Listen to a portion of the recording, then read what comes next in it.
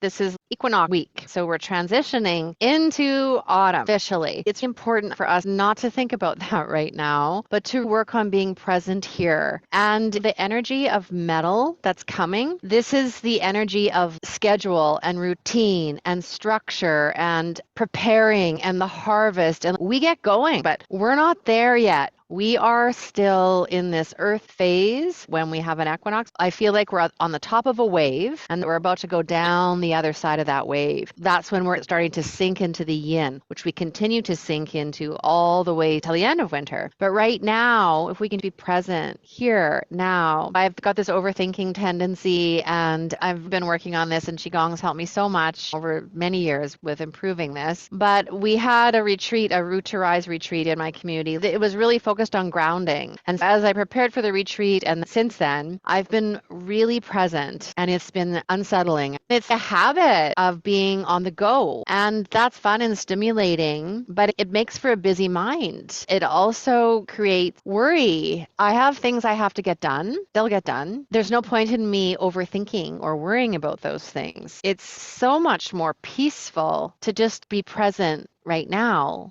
And when I look at nature, we're getting into this. It's so beautiful here. It's this turning point. How special is that? In ancient times, these events, solstice and equinoxes, were celebrated. There was ceremony and ritual, and they had a big meaning and a spiritual significance. We need to honor that in our lives because that's really what brings us in harmony, right? Is when we are in sync with our ancestors, the earth, the land, what's happening in nature. So now I invite you to think about trying to be really present this next week and not get too ahead of yourself with your plans and what you need to do. The best way I know to do that is the chi breathing, the reverse breathing. As soon as we go into that breath, we cannot help but ground because we're focused on our body. We're not in our mind. It's not just breathing. It's intentional breathing where we are working with the chi in a way that's connecting our mind and our body as one. That is the best place to be for health, for wellness, for longevity, but for stress and for blood pressure and for our minds. So it's allowing ourselves to be at this precipice, to be in this pause point for the next week. And then next week, we can get into some structure and into our autumn and have fun with that. But for now, I invite you to work on being present wherever you are. It's just where you're supposed to be right now. So there's so many beautiful things about that. And when we're present, we can feel them and experience them.